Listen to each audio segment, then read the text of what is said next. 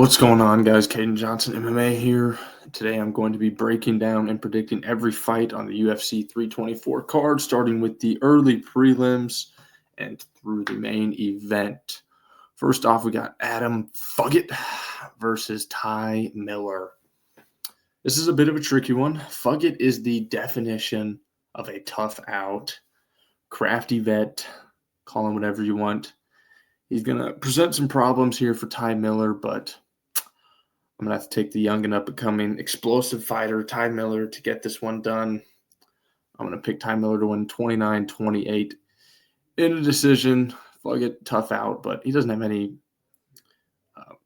stamped, impressive wins where you're like, he can consistently put on good performances and beat an upcoming fighter like Ty Miller, so I'm going to rock with Mr. Miller. Next up, we got Ricky Turcios versus Cameron Smotherman.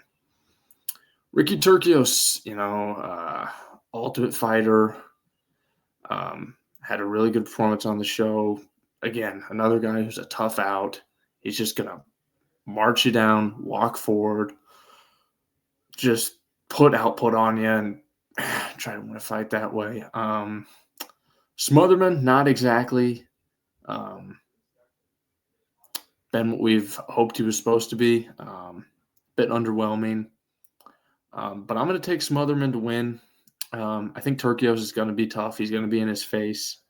But I just don't think he has enough pop. I don't think his striking is good enough. And I just think Smotherman, while he doesn't have crazy KO power, I think he has enough thud and enough pop to really, slow Turcios down, make him respect the power. And I think that will play into more of Smotherman's game with his striking and the way he likes to fight. But yeah, so the difference is the power, the explosiveness, and I think that's going to benefit Smotherman, and I think he's going to be able to coast to another 29-28 decision. It should be a good fight, but I think Turcios is going to come out and really try to implement his game plan in the first round, walk him down, and probably steal the first and then second and third. I think Smotherman will start to find his range, start getting some respect with his pop. And, I think he'll be able to win a decision in that one. Next up, we got two bowling balls, Denzel Freeman, old big boy Denzel, and Josh Hokett. I'm going to be taking Josh Hokett here. He's just more athletic as a heavyweight. It's kind of what it comes down to. Heavyweight is a joke of division. There is no skill. There is no talent. So if you're a little bit more athletic than somebody, most of the time you're going to end up with a win in that one. I think Hokett's actually decently solid too. I'm going to take him to get a first-round KO over Denzel Freeman.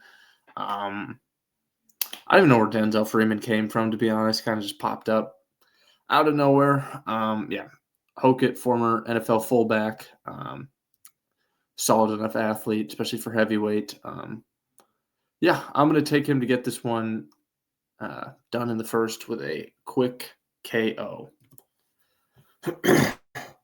Next up on the card, we have got Michael Johnson versus Alexander Hernandez.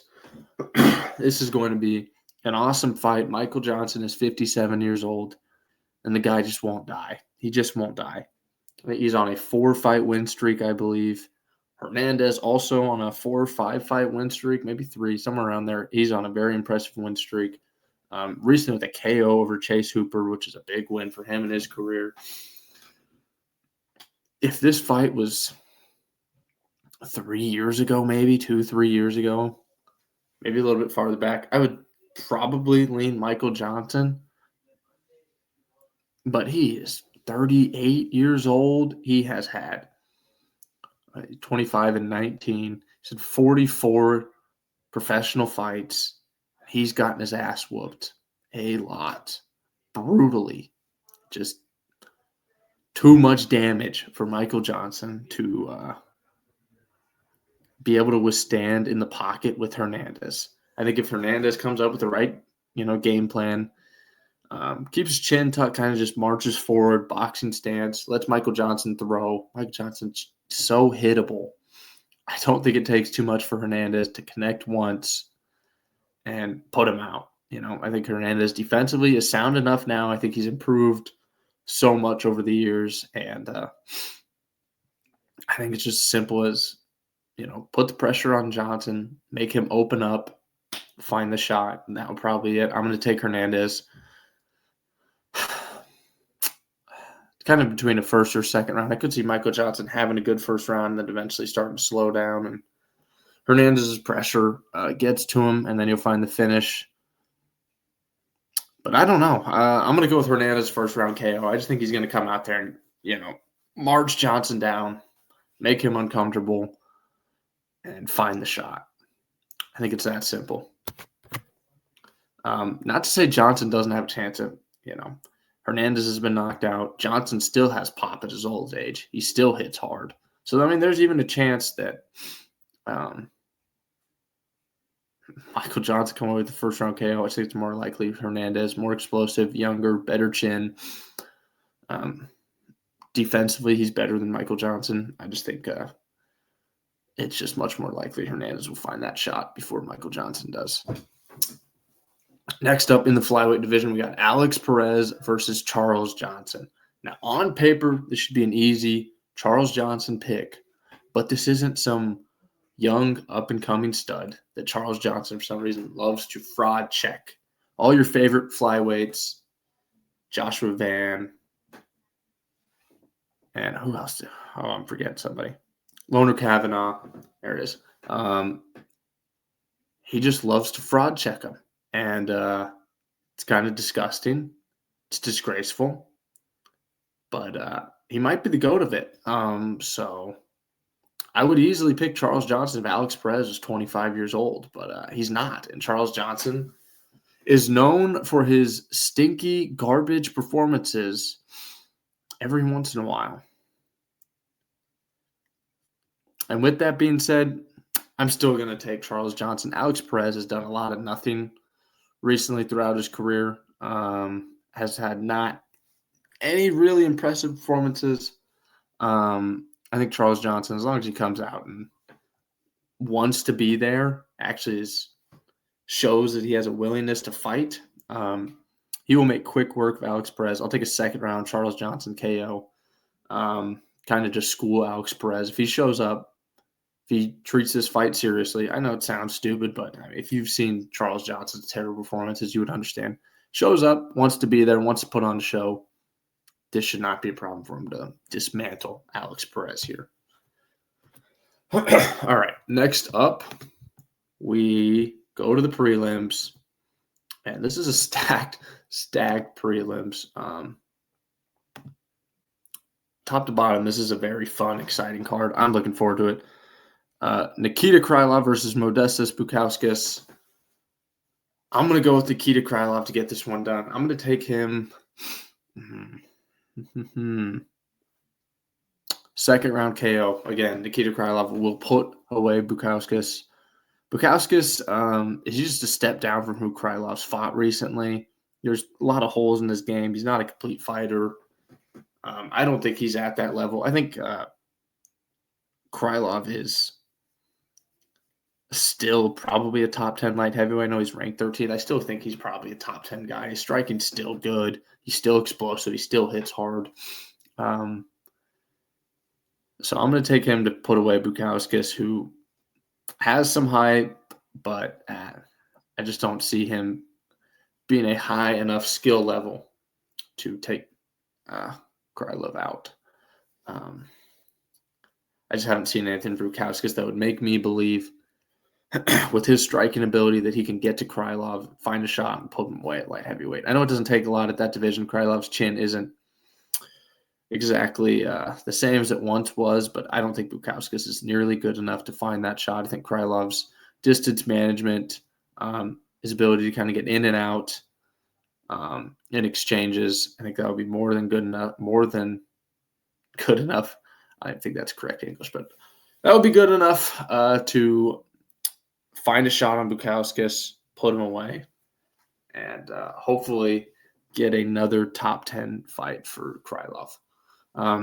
Next up, we got Ateba Gaethje versus Andre Pulaev. Andre Pulaev is just a monster. He's an animal. He's just had such tremendous performances in his career, and I just really appreciate the UFC is giving Gaethje just a massive step up in competition, throwing him against a savage like Andre Pimblett. Ateba Gauthier is going to send Pulleyev's head into the 17th row within a minute of this fight. Puleyev is barely a step up in competition from what Gautier's already murdered.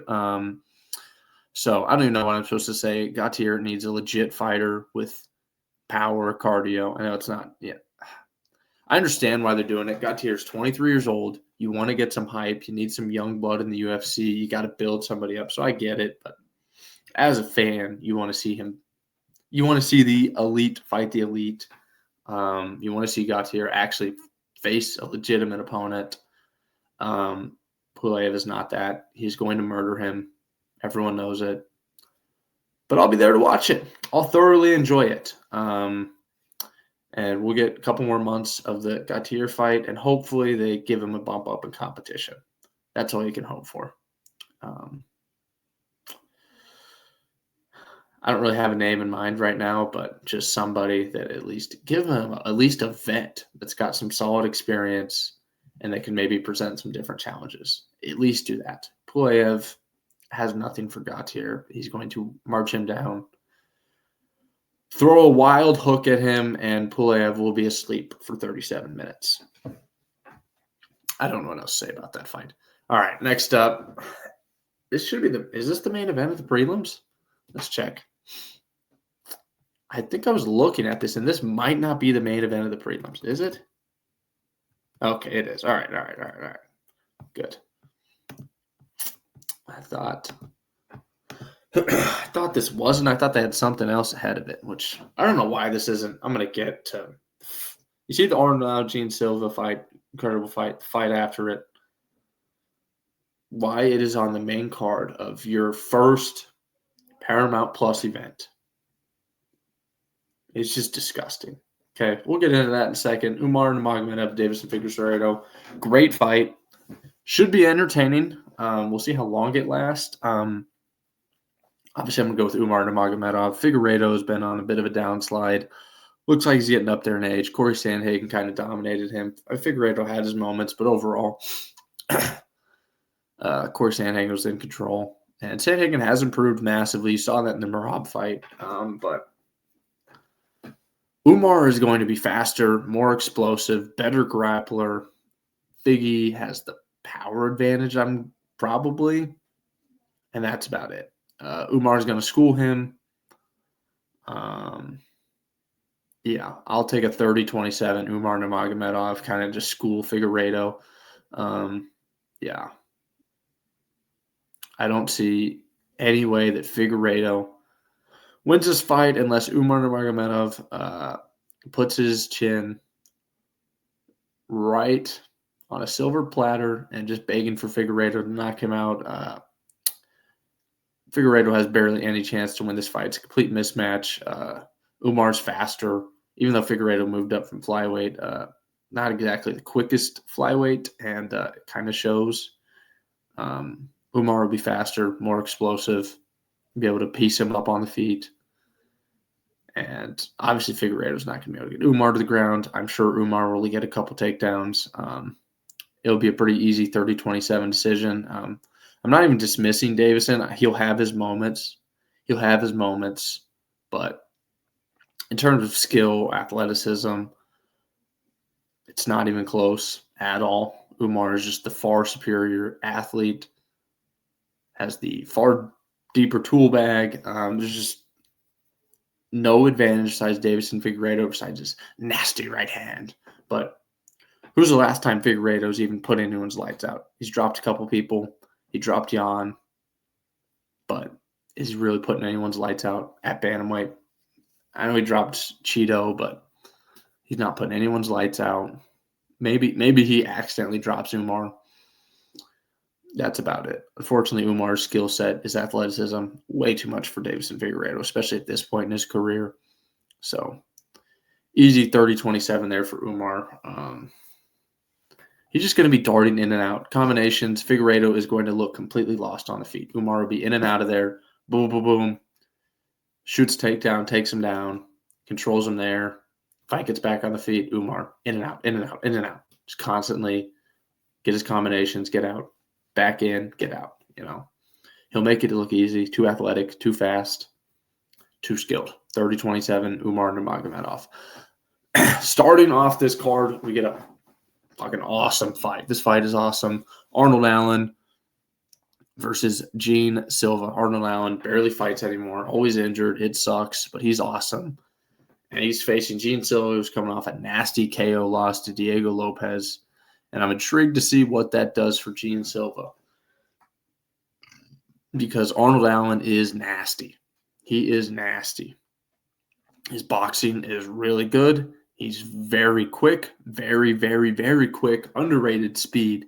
And we have not really seen Gene Silva fight somebody like that, who might be able to match him with the quickness, the speed, and the boxing. Diego's boxing is okay. Diego just hits really hard. I don't know how else to describe it. Diego doesn't have the best boxing. He's got a great chin, and he hits really hard.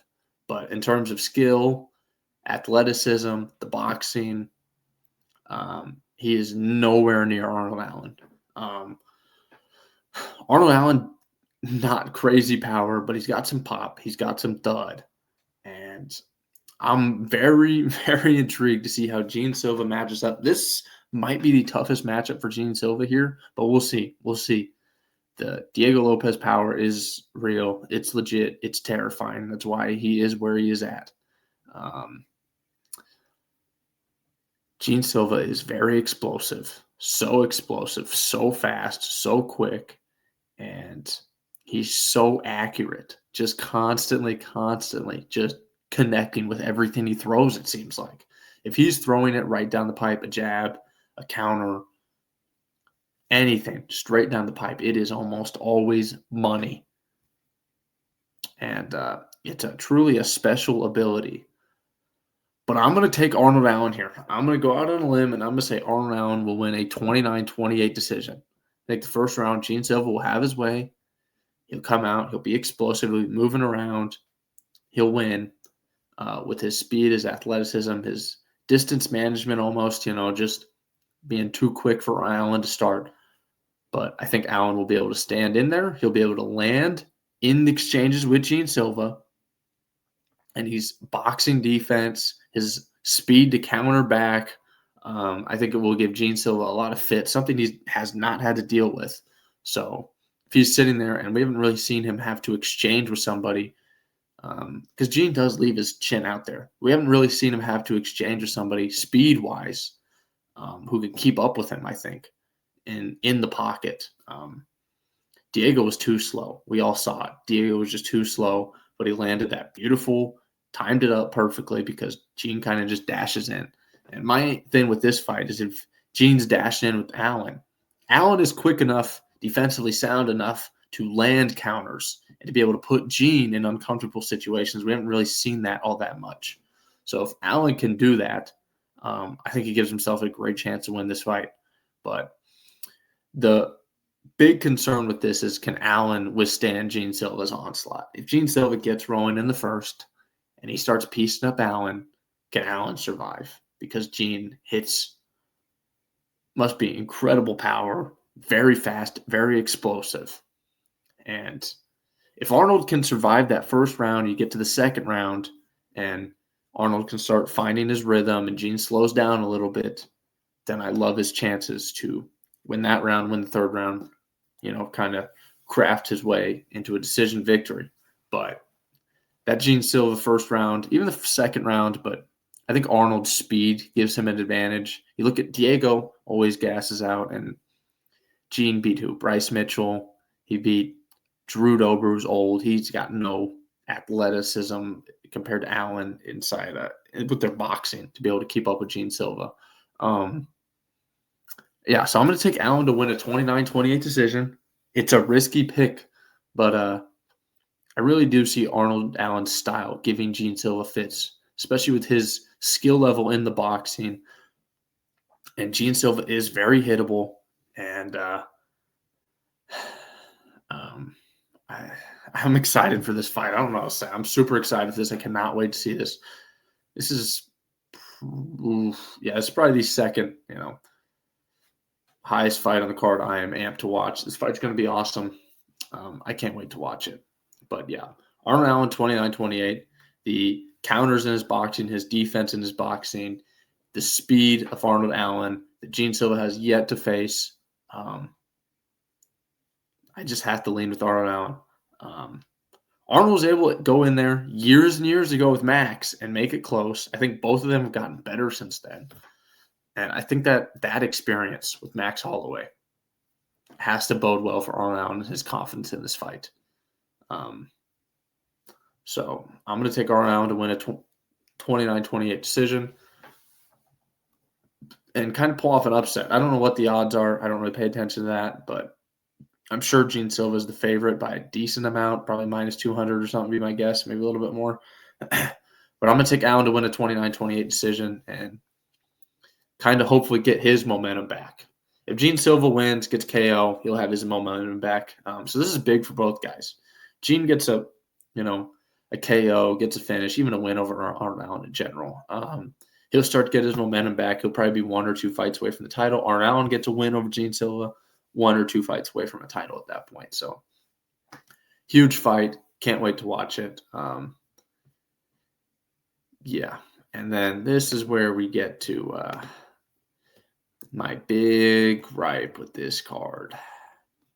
What in the blue hell are we doing? Dana, Hunter Campbell, Sean Shelby, what in the hell are we doing?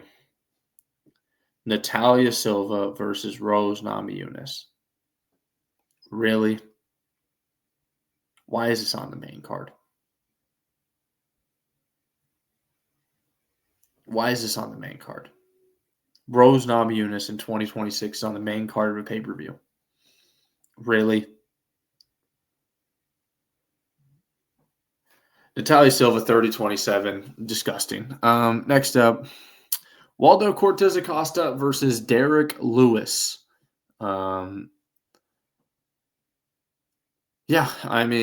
This one seems pretty easy to me. Waldo Cortez Acosta, 30-27, will absolutely school Derek Lewis, will embarrass him, could get a finish too. Not even sure about that. Derek Lewis stands no chance in winning this fight. Literally none. 30-27, Waldo Cortez Acosta is going to dance around, emote on him, beat him up, shoot a takedown, drop him on his head, slap him around, embarrass him. This is not a fight. Derek Lewis needs to retire. Waldo Cortez Acosta is going to make him look like an idiot, unfortunately. I like Waldo Cortez Acosta, but everyone loves Derek Lewis, but Waldo Cortez Acosta will embarrass him. Skill gap is humongous, not even close. This is not a fight. It's a joke. And after this, I'll say he's 1 fight away from a title shot. I think he deserves it. If you look at what he's done the past 2 years, it's pretty impressive. I think you kind of have to give him the benefit of the doubt. Pavlovich fight wasn't great. I was hoping he'd win. I thought he was going to win, but credit to Pavlovich. He looked more like his old self in that fight. So maybe Pavlovich can kind of get his rhythm back as well. But Derek Lewis doesn't stand a chance. His garbage punches not going to work. He's not going to randomly find a KO here with Waldo Cortez Acosta. He will get schooled.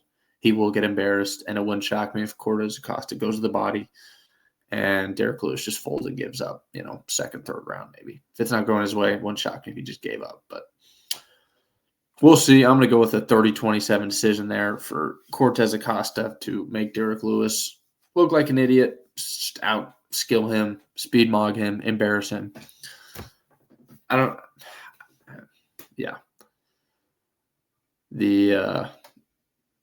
The boxing of Cortez Acosta for heavyweight's really good. He's going to be in and out of the exchanges, and Derek Lewis is going to be whiffing at the wind. So it's pretty simple for me there. Derek Lewis has no wrestling. Cortez Acosta, if he wanted to take Derek Lewis down, he could get him to the ground, beat him up down there, maybe find a submission. So if your one hope to win a fight is you close your eyes, throw a right hand, and it magically connects, you're not going to beat Waldo Cortez Acosta. So 30-27 Cortez Acosta there. Next up, another just awesome fight. This is the fight I want to watch. Sean O'Malley versus Sung Yadong. I have been thinking about this fight for a very long time. Many years I've been hoping this fight would be booked, and here we are. It's very interesting for Sean. This is a step down from Marab, but not the step down that you would exactly hope for. Song is a very, very tough out in the bantamweight division. He's got a great chin. He hits hard. He's a good athlete. He's got good striking. And with all that being said, I think this is the vintage Sean O'Malley performance. I think he is going to outclass Song. I think his striking is going to be on display, similar to the Cheeto fight. Song, obviously better than Cheeto, but I think you're going to see a lot of creativity, a lot of angles that Sean is going to be throwing strikes from. His movement is beautiful. His combinations, being able to just put stuff together, just the wild shit he can do just out of nowhere. It's all on instinct, too. It's so beautiful. And I like Song. He's tough. Sean O'Malley has to be careful. Song hits hard. He's a solid grappler, but I keep seeing people talk about the grappling in this fight.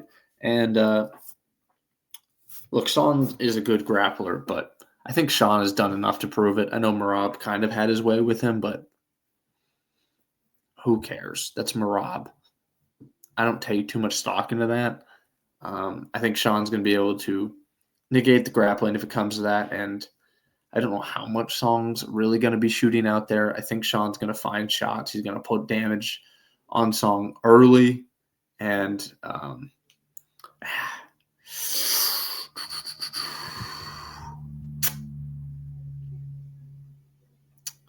do I think he can 30-27? I don't think Song can get finished. I don't know who's going to finish Song and get on, but I don't know if Sean can.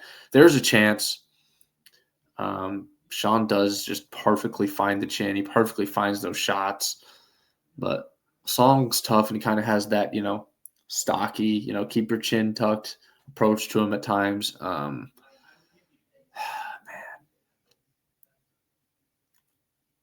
Let me think about this for a second. You know what? I think I'm going to go Sean with the third round finished. I think he's just going to find a shot. As it goes on, he's going to put more damage on Song. He's going to be wearing it. He's going to just kind of just be out on his feet. He's going to be waddling forward.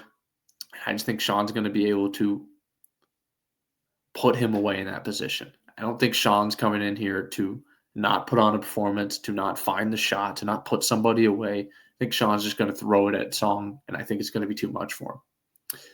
The biggest problem for Song here is the movement of Sean and the ability that he has to throw any punch, any flying knee kick at any angle. It is remarkable. It truly makes Sean one of the toughest guys to hit on the feet, unless you're Marab and you have this great ability just to push someone up against cage, get him down. And yeah, it was truly remarkable what Marab did to Sean O'Malley in that second fight, I would say. First fight was close. Sean almost had him with the body kick, and could have found a way to a finish there, but Marab was able to hold on, obviously. And then the second fight, I think Marab just executed his game plan to perfection, kind of caught Sean off guard at times with the improvement of his striking. But Song does not have that presence in the octagon. He's not going to be able to just kind of crowd Sean, find these takedowns, put pressure on him. I think Sean is going to be too quick. He's going to be able to get his shots off on Song at every angle possible because that's what he does. And I think as the fight wears on and he's still just piecing up Song as he's trying to get to Sean will be able to find a multiple of shots to really put Song out and get his finish and I wouldn't say get his hype back, but get, Sean another moment that he deserves in this sport. So we're going to go with Sean O'Malley, third round, TKO, and probably we'll get a rematch of Peter Yan, Sean O'Malley, which every UFC fan wants to see. The first fight is still one of the best fights I've ever seen. It was so fucking awesome. We all want to watch it again. Everyone wants to watch it again. Peter Yan is looking better than ever. And if Sean O'Malley come out here, finish Song, I mean, everyone wants to see that fight. The two highest skilled fighters in the sport, arguably, going at it for a second time after their first fight would arguably could have went either way. Could have been a draw if you wanted to go there. It was an incredible fight, and we would get a 5-round championship fight between the two most skilled bantamweights of all time. So that's what I'm going to go with. Sean O'Malley, 3rd round TKO over Song Yadong. In the main event, Justin looks like he's drunk. Old Rufus Gaethje versus Paddy the Baddy. The guy who has beaten nobody to get here. And yet he is still kind of deserving of this fight. The interim title fight is a bit of a joke, but it is what it is. This is Paddy's toughest fight. Gaethje is obviously a decent step up from old washed Michael Chandler.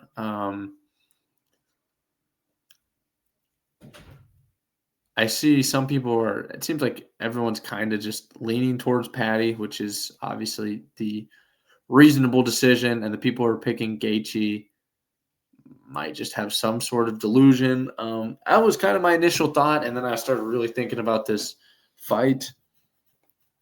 Gaethje is dangerous where Paddy has massive holes in his game. You know, in the pocket, in the boxing range, Paddy Pimblett is atrocious. He is terrible. He doesn't have a good jab. He is so hittable. And Gaethje is still quick. He still hits hard as hell. And he can still shut your lights off. He's still going to chop the legs. He's going to find the body at times. And that's a bit scary for Paddy. Paddy Pimblett's game plan should be to run across the octagon and spear Justin Gaethje and get him to the ground. People are talking about Gaethje's wrestling still. It's 2026. The guy can't wrestle. Enough with that. He's not a great wrestler. Maybe 15 years ago, he was a good college wrestler. He's really done not too much to prove his MMA wrestling ability. I'm sure Joe Rogan and Daniel Cormier will be talking about how he was a Division I wrestler and he just decides not to use it.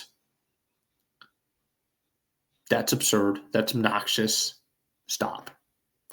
Paddy Pimblett is by far the better grappler, and that's how he's going to win this fight. There is a chance Gaethje shuts out Paddy Pimblett's lights. The reason I'm not going to pick that is because Paddy Pimblett has proven how good his chin is.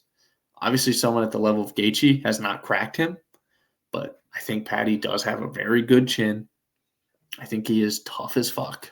He's going to stand in there. He's going to eat shots, and he's going to throw back. And with Gaethje's chin, there's a chance that Paddy clips him and knocks him out. So that's a very real possibility in this fight. Gaethje's chin is gone. It doesn't really exist that much anymore. You hit him, it looks like he got sucked up into a tornado. All right, he's wobbling around. Looks like he's on, pigeon legs. Has nothing to him. Light as a feather. So I'm going to go with Paddy to submit Justin Gaethje.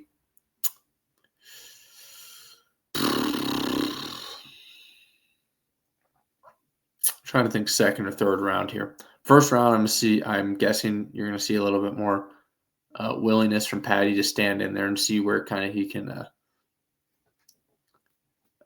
feel where he's at with Gaethje. Because Paddy wins his fight, he's got to turn around and fight Ilia Topuria. So you would like to test out your striking with someone at least at the level of Gaethje before he has to turn around and fight Ilia. That's how I perceive it. That would make sense to me.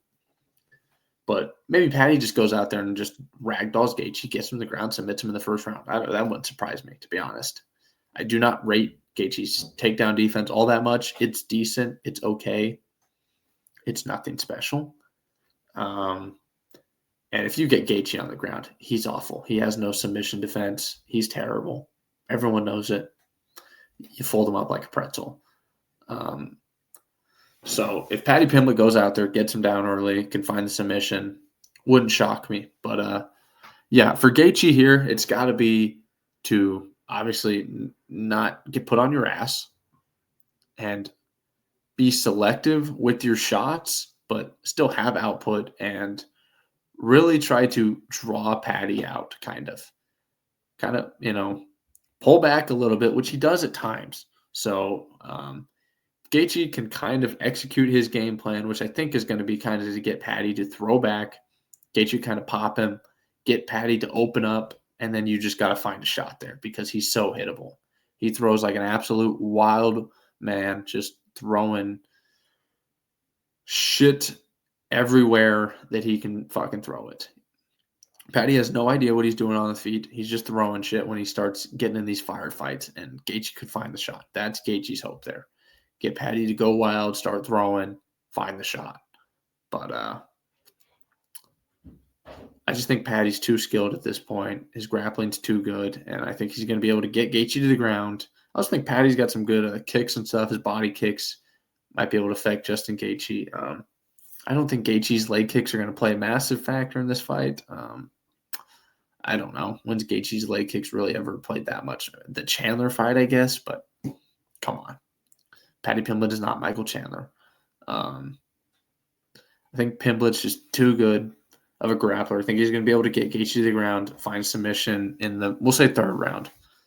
I trust Gaethje's takedown defense enough to get him through the first, second round probably, but eventually Patty will get him to the ground, and that will be that. Patty is a great grappler and a very high-level grappler. He's proven it several times. So as much as I would like to see Gaethje get a win, I mean, he's a legend. Everyone loves him. He's never had a boring fight in his career. Everyone would love to see Gaethje get this win. It would be massive for him and his legacy, his career. But he's just too old. He doesn't have enough in him to survive someone like Pimblett, honestly. Pimblett is still an explosive. He still hits hard. So you still have to somewhat respect Pimblett on the feet because he does hit hard. He's still an explosive athlete. So you still have to have somewhat, be aware. This isn't Khabib, obviously Pimblett's not, Khabib in the grappling department, but Khabib had nothing on the feet. He was garbage. So you didn't really have to worry about too much there, which kind of just goes to show how dominant a grappler he was. Because who was worried about Khabib on the feet? Absolutely nobody. But his grappling was so high level at the time, it did not matter. Truly remarkable. But Pimblett's still a great grappler. You still have to respect him on the feet because he hits hard. He's got some nice kicks. Still explosive on the feet. So he can shut your lights out, especially someone like Gaethje. So, yeah, I'm going to go with Pimblett. Third round finish. Going to find the submission, I think. And that will be that. Probably be Gaethje's last fight, would be my guess. And, then we'll turn around and we will get Paddy Pimblett versus Ilia Topuria, in which Ilia Topuria will destroy Paddy Pimblett, just like he's destroyed everybody else he has fought. That's another reason I'm hoping Gaethje wins, because the rumors are that if Gaethje wins this fight, Ilia Topuria will be moving up to 170 to challenge Islam Makhachev for the welterweight title. And who in their right mind does not want to see that? Is that weight too much for Ilia Topuria to jump up? Possibly. Very tough challenge. At lightweight, it would be a very even fight. Ilia Topuria is so elite in the boxing. He's the greatest boxer we've ever seen in this sport. And that is grappling is by far, one of the best in the lightweight division right now. He'd probably be third behind Islam and Arman, in my opinion. But, it's just it might just be too much for him to move up to 170 and fight Islam, but everyone wants to see that fight. That is the super fight in the sport. We keep hearing about Pereira and John Jones. Nobody gives a shit. Let's be honest. It's a fun fight. People watch. I get it. But anyone who truly loves the sport, truly loves watching it, it is Islam and Ilia. That is the fight. That is the super fight. That is the biggest super fight in UFC history. That is the two most skilled guys possibly ever in this sport. Just so well-rounded going at it. Everyone wants to see it. And I mean, that's a fight to make, but here we are. We get Paddy Pimblett and Justin Gaethje main eventing your first event on Paramount Plus. But still a fun fight, awesome fight. I can't wait to watch it. But yeah, I'm going to go with Paddy Pimblett to get this one done with a third round submission. But thanks for watching, guys. Hope you'd enjoy the video. God bless.